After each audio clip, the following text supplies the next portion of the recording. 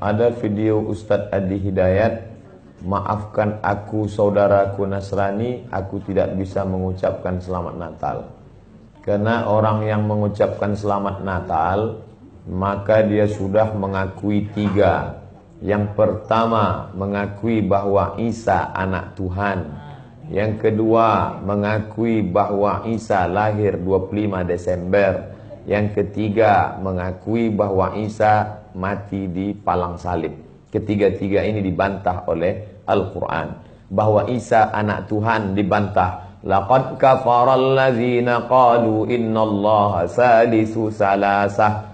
Kafirlah orang yang mengatakan Isa Trinitas dan anak Tuhan. Tentang Nabi Isa lahir tanggal 25 Desember dibantah. Ketika Maryam memegang Isa, tidak ada makanan karena terlahir di tepian kota. Allah memerintahkan menggoncang pangkal batang pohon korma, tusakit alaiki rutaban jania, gugur buah korma yang mengkal. Buah korma mengkal ada pada musim panas bulan Juli Agustus. Ketika Isa lahir, kambing-kambing sedang digembalakan di padang rumput, sedangkan bulan 12 rumput tidak tumbuh karena tertutup salju. Maka 25 Desember bukan hari kelahiran Isa, tapi hari raya merayakan Dewa Mitra, Dewa Matahari, yang diambil oleh Kaisar Konstantin dari Konstantinopel. Lalu kemudian tentang Isa mati di palang salib dibantah Al-Quran. Wa ma qataluhu, mereka tidak membunuhnya. Wa ma salabuhu, mereka tidak menyalibnya. Walakin syubbihalahum, ada orang lain yang diserupakan wajahnya dengan Isa. Dialah Yudas Iskariot, murid Isa yang menjual imannya dengan beberapa keping uang emas. Saya punya kawan Kristen Masehi, tapi dalam masalah hubungan baik, masalah ngasih makanan, masalah beri pakaian, oke. Tapi kalau sudah terkait dengan akidah, wala ana abidu ma'abadtum wala antum abiduna ma'abud lakum dinukum waliyadin. Tentang masalah tahun baru, apakah 1 Januari itu bersih, tidak ada hubung kait dengan agama? Maka tidak benar. 1 Januari 2018 Masehi, seolah-olah Masehi terkait dengan Al-Masih Isa alaihissalam.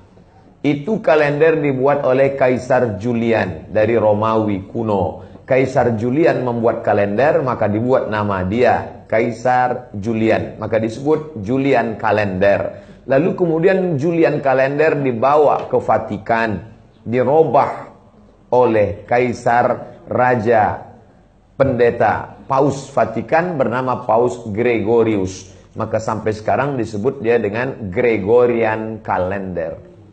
Lalu kemudian ketika terbentuk PBB, United Nation, Persatuan Bangsa-Bangsa, bingung mau pakai kalender apa? Di dunia banyak sekali kalender. Maka diseragamkanlah, dipakailah Gregorian kalender. Yang sebelumnya kita kerajaan Pasundan, kerajaan Demak, kerajaan Riau, Sripura, itu pakai kalender Hijriah. Termasuk Yogyakarta pakai kalender Saka, karena Sultan Agung Jawa mengkawinkan antara kalender Jawa dengan kalender Hijriah.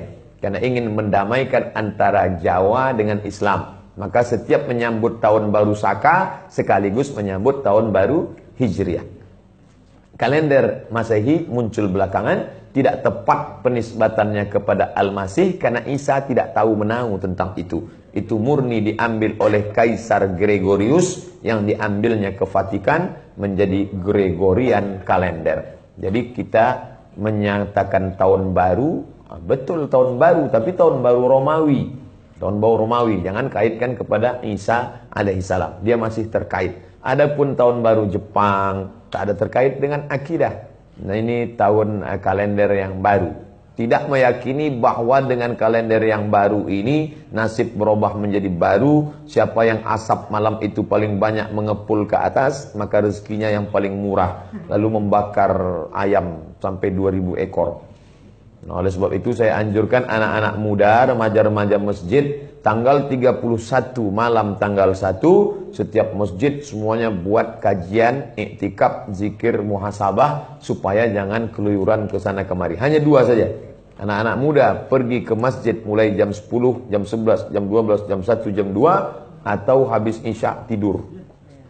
Saya nggak bisa tidur Pak Ustadz. Biasa malam kalau nggak bisa tidur, habis isya makan Antimo 2. Nguap tidur langsung. Itu saja. Adapun nanti Ustadz malam tahun baru apakah buat muhasabah di masjid? Enggak. Saya berangkat 28, 29 umroh, maka tahun baru di Madinah. Tahun lalu juga begitu. Tapi tahun sebelumnya dibuat acara muhasabah. Wallahu a'lam.